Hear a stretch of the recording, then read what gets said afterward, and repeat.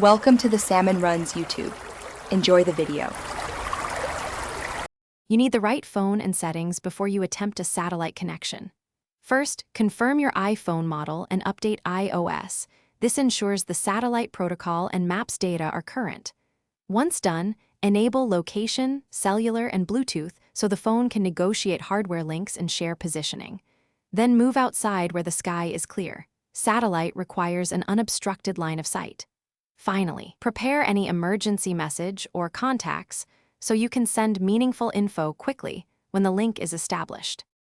You now initiate the connection from Emergency SOS, open it from Settings, or press the side button sequence to start.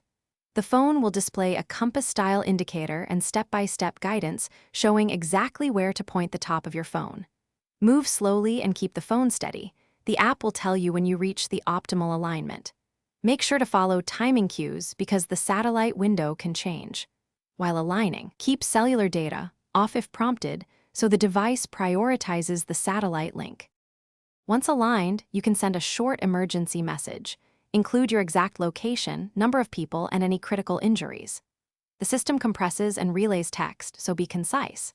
If the connection fails, immediately move to a nearby open area, check for any sky obstructions, and retry the alignment steps. Small shifts can matter. If the app freezes or shows persistent errors, restart your iPhone to reset radios, then repeat the emergency SOS sequence. This often clears transient faults and restores the satellite link. Thanks for watching. Consider subscribing if we helped you.